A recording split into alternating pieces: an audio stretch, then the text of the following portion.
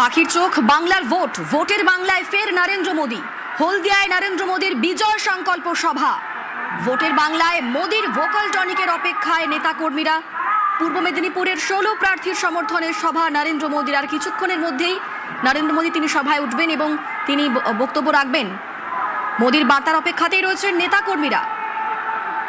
ভোটের বাংলায় আজ 3টি সভা রয়েছে প্রধানমন্ত্রী নরেন্দ্র মোদীর। প্রথম সভা হলদিয়া, তারপর আসানসোল, তারপর সিউড়িতে। হলদিয়ার পর আসানসোলের পোলো গ্রাউন্ডের আউটডোর স্টেডিয়ামে সভা করবেন তিনি এবং শেষ জনসভা বীরভূমের সিউড়ির চাঁদমারি ফিল্ড পুলিশ লাইনে। ভোটের বাংলায় 42টি সভা করার কথা রয়েছে প্রধানমন্ত্রী নরেন্দ্র মোদীর।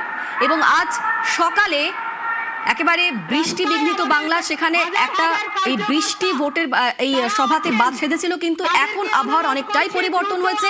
ইতিমধ্যেই প্রধানমন্ত্রী তিনি এসে পৌঁছে গিয়েছেন হলদিয়াতে, আর কিছুক্ষণের মধ্যেই তিনি মঞ্চে উঠবেন। আজ এই সভা থেকে কি বার্তা দেন তিনি, সেদিকে নজর রেখেছেন প্রত্যেকে। মোদীর বার্তার অপেক্ষায় রয়েছেন নেতাকর্মীরা।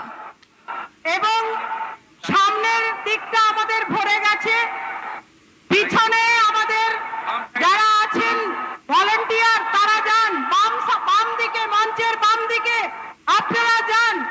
এত প্রাকৃতিক বিপর্যয়ের মধ্যেও, এত প্রাকৃতিক বিরূপতার মধ্যেও আমাদের হাজার হাজার এই মুহূর্তে মঞ্চে উপস্থিত হয়েছেন প্রধানমন্ত্রী নরেন্দ্র মোদী।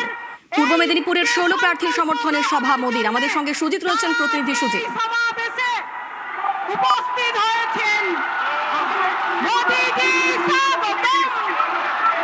সুজিত, শোনা যাচ্ছে? আমরা যে ছবি দেখাচ্ছি দেখতে পাচ্ছি মঞ্চে বসলেন এবং উঠেই শুভেন্দুর সঙ্গে কথা বলতে শোনা যাচ্ছে এবং শুভেন্দু অধিকারী তার মা পাশে বসা তমলুকের সাংসদের সঙ্গে কথা বলাচ্ছেন এবং সেটা দেখা যাচ্ছে প্রধানমন্ত্রী একদিকে ডান দিকে বসে রয়েছেন শুভেন্দুর ছোট ভাই কাঠির সাংসদ সৌমেন্দ্র অধিকারী এবং শুভেন্দু অধিকারী বসে আছেন প্রধানমন্ত্রীর বাম দিকে।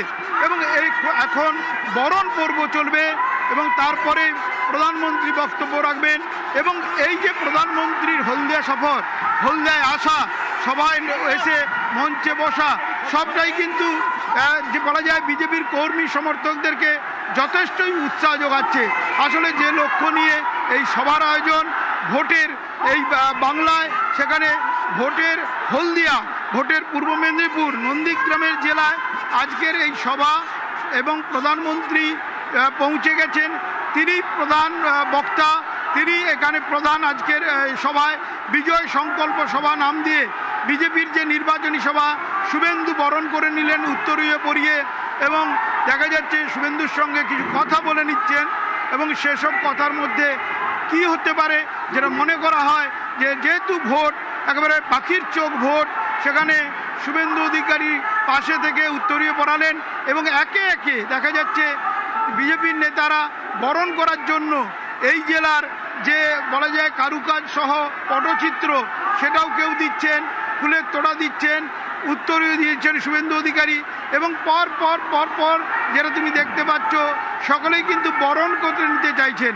আসলে একেবারে দোরগোড়ায় ভোট, ভোট আবহে প্রধানমন্ত্রী নরেন্দ্র মোদীর সভা এবং বড় মাপের একটি মালা দিয়ে দলের নেতাকর্মী বা বলা যায় নেতারাই মূলত প্রার্থীরা আজকের দিনের তারা কিন্তু বরণ করতে চাইছেন এবং হাতে একাধিক পটচিত্র ছবি, সেখানে তমলুকের বর্গভীমা মা ছবিও পটচিত্র আকারে দিয়ে দিচ্ছেন এবং এখানকার কাঁসার কাজ অর্থাৎ পেতলের তৈরি মাতৃ মূর্তি, তার সঙ্গে সঙ্গে মালা দিয়ে তাকে বরণ করে নেওয়া এবং তারপরে তিনি বক্তব্য রাখবেন। এই যে প্রধানমন্ত্রীর বক্তব্য কি বলেন, সেদিকেই কিন্তু হলদিয়া সহ পূর্ব মেদিনীপুর, গোটা পূর্ব মেদিনীপুরই অপেক্ষা করেছে এবং সেখানে তার ভোকাল টনিক কি হতে পারে সেটা জানার জন্য, শোনার জন্যই কিন্তু এত মানুষজনের উপস্থিতি।